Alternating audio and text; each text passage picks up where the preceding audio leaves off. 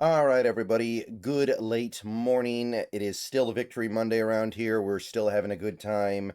And one of the reasons we're having a good time is the play of Nick Emmanwori, Seattle Seahawk rookie extraordinaire. And I think it's time we talk a little bit about him in a more rosier context because we're actually kind of getting to the point where I think we have to talk about this guy as more than just a good player. And after yesterday's game is a great opportunity to do that. So Corbin had this tweet yesterday after the game ended, which is really cool. Nick Emmanwori is the second player in NFL history to have a game where he has a sack, a tackle for loss, an interception, and a blocked field goal. By the way, the only other player to ever do that was Leonard Williams last year, also for the Seahawks. So, pretty awesome. All right, guys, let's take a minute so I can tell you about Sleeper, a one stop shop for all your sports needs. You can celebrate and chat on sports games in real time with other users. You can get the fastest scores, blazing fast sports news and sports alerts right at your fingertips. And of course, you can use Sleeper to play in fantasy leagues and win real money on picks contests. This is the way sports were meant to be enjoyed together. So download Sleeper today. Use promo code SBN to get up to a $100 match on your first deposit. And you can pair that with another promo they have right now where you can get a $20 entry free with no deposit required. So get both of those things going. Terms and conditions apply. See Sleeper's terms of use for details. Currently operational in over 25 states and growing. So check out Sleeper today. Get to it and go have some fun with sports this year. So, definitely the best game that Nick Emmanwori has ever played in his career, and he may have even been player of the game yesterday. Like, if you're talking about players of the game for the Seahawks yesterday, you've got Emmanwori, you've got, oddly enough, Sam Darnold and JSN, but I mean, those guys were kind of MIA until the second half. Now, I understand sometimes football works like that. You're not going to have it all go your way at every single moment of a game. But honestly, I think we came out of that game having more positive thoughts of Emmanwori than we did anybody else on the team. So might have been the player of the day in a game you won by 4 touchdowns. So it's a great game, but let's go a little bit bigger here. And here's my question. Should Nick Emmanwori be the NFL Defensive Rookie of the Year for 2025? And obviously, that is a difficult one. And it's mostly difficult because Emmanwori missed about the first month of the season. Like, he barely played against the Niners week one, got hurt, missed the next several games, came back against Tampa Bay. So right off the bat, you're like, well, he's off to a very bad start. He's got a lot of work to do if he wants to catch up. But you take a look at it, he's done a lot of things to catch up. Pretty much every game he plays, he's making at least one big standout play. He's up to, and by the way, this is caught up to yesterday, so this includes everything. He's up to 53 tackles. We're going to get to the end of the season. He's probably going to be somewhere around 80 tackles. He's making tackles in the backfield. He's got, according to ESPN3, I think some other sites have given him like 4. He's got a sack and a half, and he leads all, I want to say, cornerbacks in the NFL in pressures. We'll get to that in a second here. So he's doing stuff as a pass rusher, and he's also got himself now an interception, and he's actually very high profile in passes defensed. I think that 9 is the correct number, but I think there might be some consideration for him actually having 10. Either way, even if he doesn't, by the time we get to the end of the season, it's overwhelmingly likely he's going to end up with 10 passes defensed. So you've got a player here who didn't even play the whole season, but he's probably going to end up with 10 quarterback pressures or double digits and then double digit passes defensed. So doing it on every layer, on every level, and he's doing it for one of the best defenses in football, maybe even the best. And you look at Pro Football Focus, his grade is good. It's not over the top stellar. He has made mistakes, as any rookie would be expected to do. 71.3 is still very good. His pass rush grade is not great, which is weird because he literally leads the NFL in pressures for a corner. By the way, the PFF stuff, this stuff is going to go up because he's going to get his stuff from yesterday counted here. Right now, this stuff is not even including yesterday. So pretty much all this stuff is likely to pick up because he had such a good game yesterday. But even if you don't consider the game he played yesterday, which PFF currently doesn't have updated, like I said, 10 quarterback pressures, 9 passes defensed. He's got 16 run stops, and his coverage numbers aren't amazing, although they are going to be a little bit better after yesterday.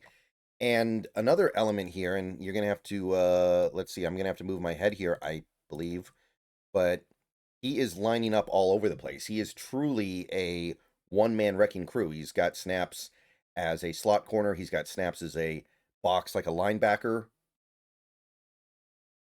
I know that the PFF is a little bit liberal with how they do their defensive line snap count considerations, but he's got nearly 50 snaps lined up as a defensive lineman as well. By the end of the year, he's almost certainly going to have at least 60 of those, maybe even 70. So he is lining up as a safety, a corner, a defensive lineman. And this is not something you typically see from a lot of rookies in general. Let me move my head back for a second. But he's whatever you could want from a 21-year-old rookie, he is giving you.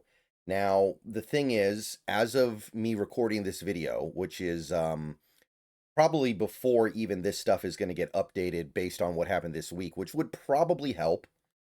But as of right now, he is approximately in third place on the defensive rookie of the year odds, if you're talking about like betting odds. So if you want to just take a look at that, there is a clear favorite, somebody who is currently running away with defensive rookie of the year. And then you have another guy who's like a distant but also firm second place. And then you have 3 guys that are kind of lumped together. Now, I think Abdul Carter, I'm just going to go ahead and pretend that he's not here because the how should I put this? Even though Abdul Carter is not having like a terrible year or anything, I don't believe that he is, and I do think that he is a good player. The image of him right now in this league is so negative. There's no way he's going to win Defensive Rookie of the Year, and I don't think he's played well enough to really deserve it anyway. But the image he has right now is very, very poor. So obviously Abdul Carter we're ruling out. But if you look at these other guys, you've got, like I said, clear first place, clear second place, and then 2 guys kind of hanging around for third place. And Nick Emmanwori is one of the guys hanging around for third place. So it's going to be hard, right? It's hard to make up that much. And he probably made up some of it yesterday, but it's also one of those things where a narrative kind of gets established early and it's hard to get off of it. And Carson Schwesinger, the linebacker for the Cleveland Browns, he's had the narrative the whole year. And he has been very good. And by the way, the Browns defense is great. All right. It'd be one thing if the Browns defense was terrible and he was just padding his stats on a bad team. And statistically, the Browns defense isn't stellar, but I think we all know that is a really good defense that is being hamstrung by their miserable offense. So it's not like you can say, oh, well, Carson Schwesinger's stats are cheap and they don't mean anything. He's averaging close to 10 tackles a game. Got 2 interceptions as a linebacker, not easy to do. A couple of passes batted down, and a sack and a half. So he's putting up the numbers. And you go to PFF, they think he's playing good too. His grade is very similar to Emmanwori, and the most recent game he played, which was yesterday against the Titans, I don't know if that game is going to do him any favors, but that's not being reflected in these grades, by the way. And if you actually look at it, the game log, I mean, the numbers actually say he had his best game ever in terms of tackles. He also had half a stuff, half a TFL, and a pass batted down. So I will see what PFF thinks of that, but I wouldn't say he played poorly. I don't think he did anything to really hurt his case that much, maybe a little bit. Now, he's played the whole season, which Nick Emmanwori is not. He's played all 13 games for the Browns. He's been relatively productive as a blitzer, although I think that what Emmanwori is doing with his 11 pressures is more impactful than Schwesinger because Schwesinger's a linebacker, a little easier to get pressures. And also, for whatever it's worth, although I don't think anybody will hold this against him, if you take a look at his alignment counts, he is just a pure linebacker. He lines up on the defensive line maybe twice a game, lines up as a slot corner on an average about once a game. He keeps things pretty straightforward, and I don't think that's anything negative. I don't think there's anything like super strong that need to be said about that. He is a linebacker at the end of the day. He doesn't have the same skill set as Emmanwori. That doesn't mean Emmanwori is automatically better, but he is basically just a box linebacker, and he doesn't offer the versatility that Emmanwori does. Now, second plays Jalen Walker, who we actually played yesterday, and he got hurt. So that is one thing to consider here, right? Jalen Walker got injured. We'll see if he plays the rest of the season. And honestly, look, Jalen Walker, 5 sacks for a rookie edge rusher is actually good. So no hate. I'm not saying anything negative about it. Getting 5 sacks in 11 games as a rookie edge rusher, yeah, that would actually get you defensive rookie of the year consideration most of the time, because we've learned rookie edge rushers barely do anything that first year. It's almost a red shirt, I'd say about 90% of the time, even great ones. So credit where credit's due. 31 tackles, pretty good. PFF likes him. They think he's doing pretty good. 74.4, that's actually better than Eman or Schwesinger.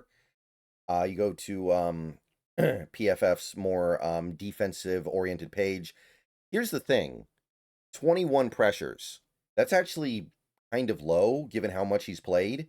And it's also really low, given the fact that he has 5 sacks. You would expect a guy with 5 sacks to have close to double this number of pressures. You'd expect him to probably be somewhere around 40. And we know he didn't do anything yesterday because he got hurt, so that's not going to change anything. I know this page doesn't account for yesterday, but that's not going to make this stuff come out any better.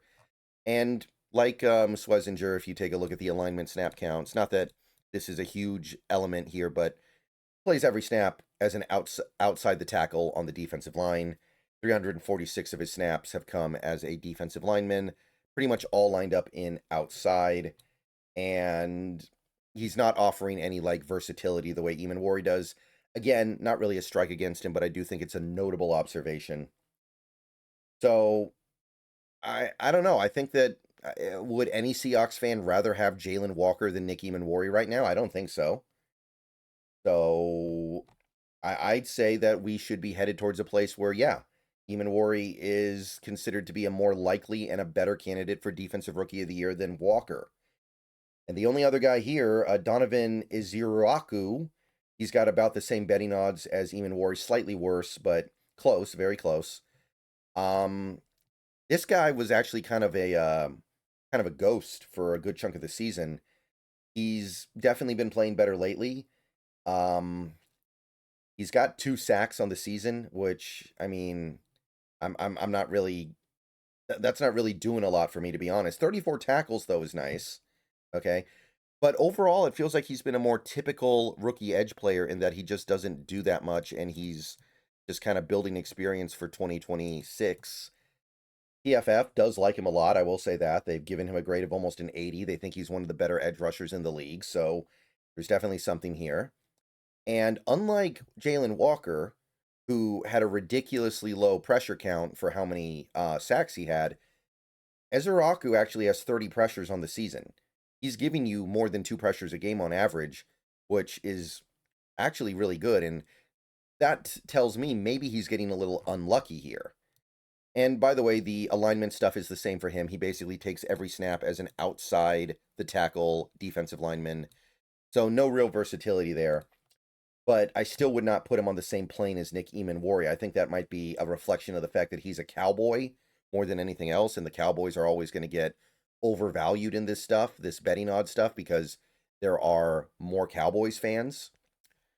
But yeah, what I'm trying to say is that, yeah, you want to give it to Schwesinger. I got no objection to that. I think that's probably the right call, if only because Emmanwori missed 4 games. But Emmanwori should, I think, be a pretty clear second. Keep in mind, by the way, Jalen Walker and Donovan Ezeiruaku both play on defenses that are not very good. So that should also be an element at play here. All right, let me know what you guys think. Just wanted to talk about the Emmanwori stuff. It's really cool, and I think he deserves a little more recognition than what the Defensive Rookie of the Year betting odds currently give him. More videos coming soon. Go Hawks.